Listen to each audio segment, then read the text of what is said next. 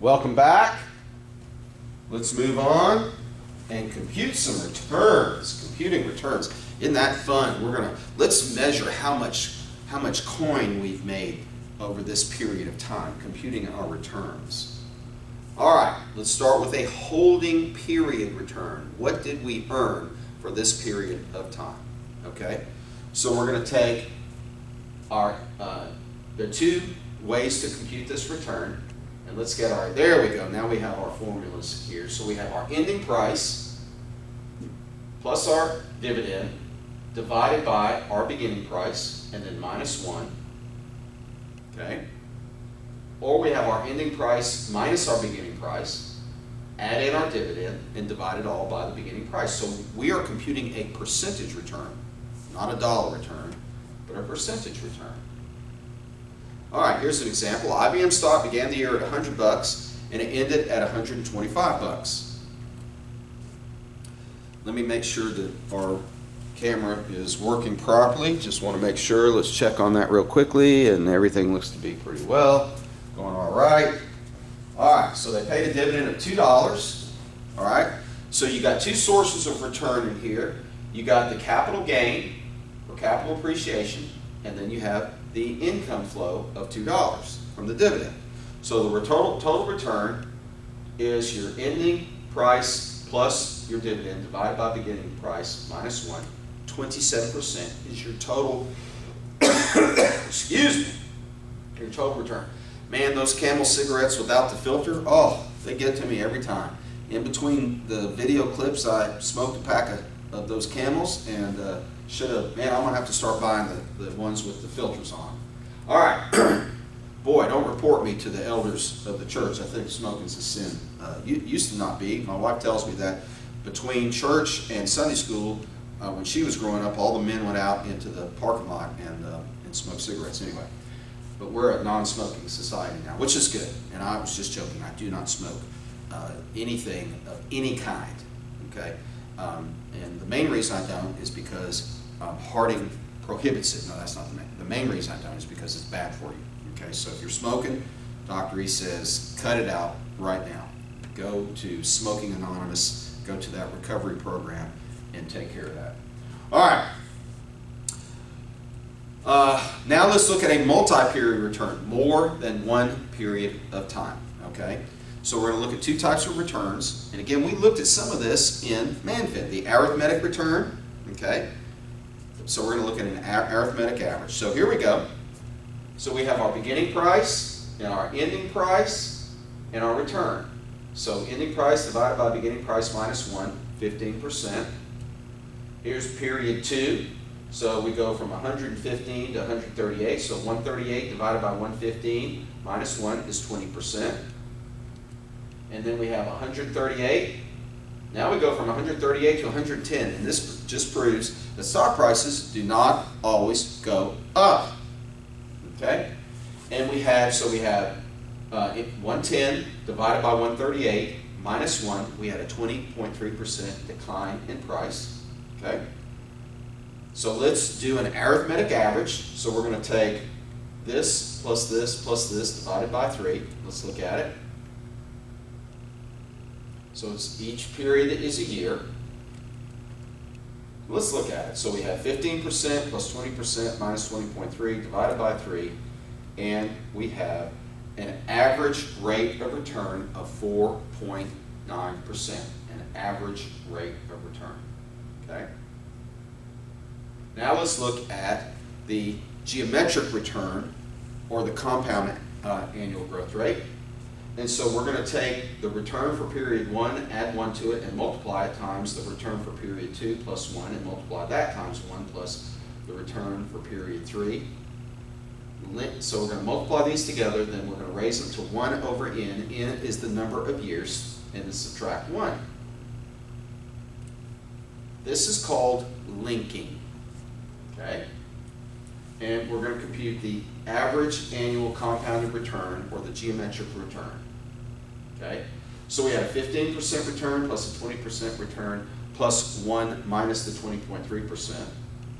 Right here, 1 plus minus 0.203. 3-year period, and we get 3.22%. Notice that this return is lower than the arithmetic average. Okay? Here's the shortcut formula for the CAGR.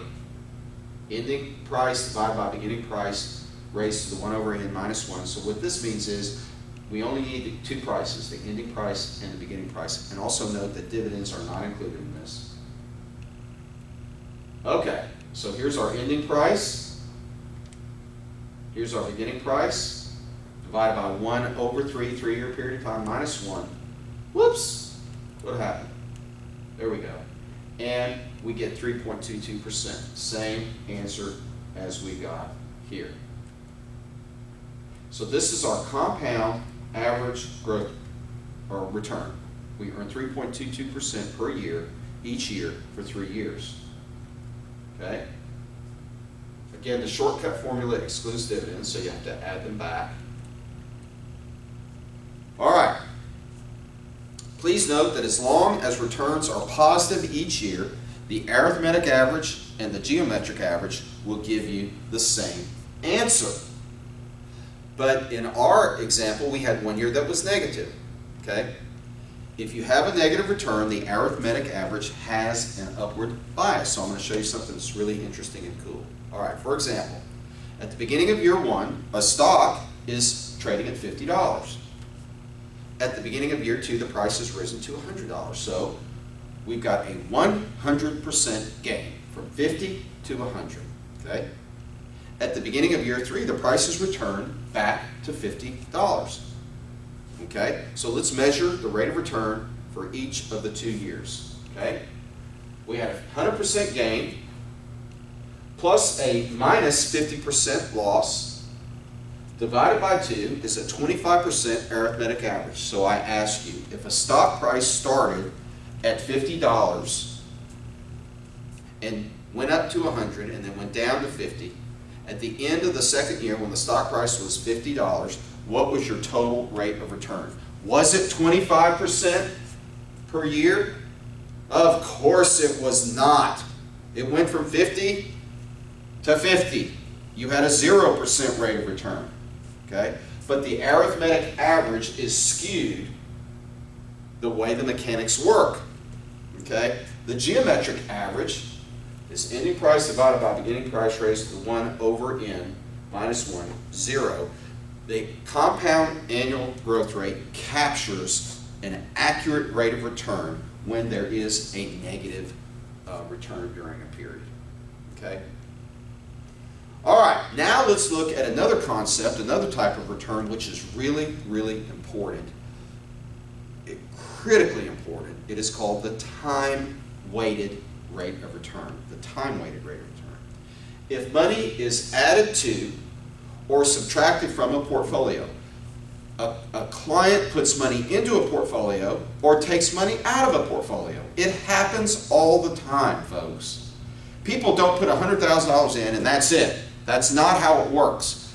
People make contributions all the time into their portfolio while they're saving, and then when they're older, they take it out. Or along the way, they might take it out for a vacation, they might take it out to pay taxes, they might take it out to pay for education, they might take it out to pay for an automobile, they might take it out to pay for a house, they might take it out to pay for medical expenses, they might take it out to give a junior some money to put down on a house. There's all kinds of reasons for taking money out of a portfolio or for putting money in. Okay? So the methods described so far cannot accurately measure returns. How do we account for the return of a portfolio when money goes into it or comes out of it? Well, the time-weighted rate of return. Okay, this is the proper method to compute returns when investors add or subtract cash to a portfolio. I can't tell you how many times a client will call me up and say, I have the beginning value and the ending value. You're telling me I earned 8%, but it looks like I earned 2%, and you're lying to me, Ellis. Like, did you take any money out of the portfolio? No, I don't think so. Well, let's look. And so then I'll go look into their transaction, their portfolio. I'm like, you know what? On April 14th, you took $40,000. Oh, I forgot. I had to pay taxes. And it looks like in July, you took $8,000. Oh, I took the family to the beach. And it looks like in October, you took another $20,000. Oh, I bought my son a car. Can't tell you how many times this has happened, okay? The time-weighted rate of return. All right, so what we do is we compute, it's pretty simple, we compute a holding period return, okay, for a period in which there are no external cash flows, money coming in, money going out, okay? When a cash flow does occur, then we start a new holding period. And you're sitting there scratching your head going, how do I do this? I'm going to show you an example and you're going to go, oh, I got this. Okay. And then we link each holding period return, we add 1 to it and multiply, okay? All right, and then we raise all of this by 1 over n and subtract 1. So I'm going to show you an example, and this is going to be crystal clear to you. Here's an example. All right, portfolio A starts at $1 million. Okay, so somebody comes to me, the portfolio manager, says, here's $1 million, put it into the portfolio. Okay, so let's start a new portfolio, $1 million. Okay, 6 months later, I invest it, and it's worth $1.25 million. Ooh, we've done pretty well. Okay. So the client comes to me and says, I've had a great year so far. I want to take $250,000 and add it to the portfolio. So the portfolio started at $1 million, then it grew by its own to $1.25 million, and then they're going to dump in $1,250,000. Time to start a new holding period. Okay. 6 months later, so what do we have? So we have $1.25 million plus the $250,000. Now we have $1.5 million, and 6 months later, it's worth $1.7 million. Well, is all $700,000 because of return from the portfolio? No, it's not. $250,000 of it came from a contribution. Okay? All right. Now the client takes, so it's $1.7 million, they take $100,000 out. Now it's down to $1.6 million. Okay? 12 months later, the portfolio is worth $1.5 million. Okay? So what's happened? It's gone down $100,000. Okay? All right.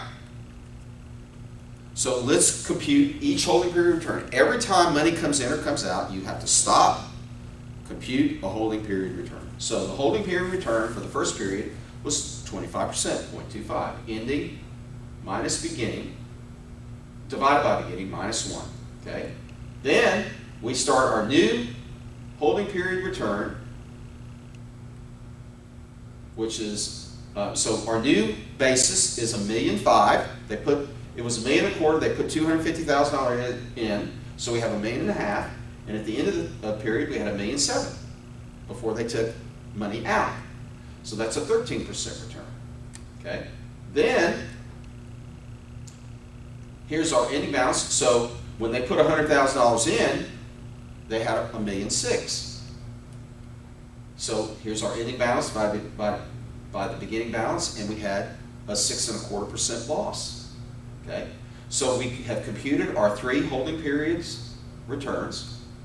Let's add 1 to each.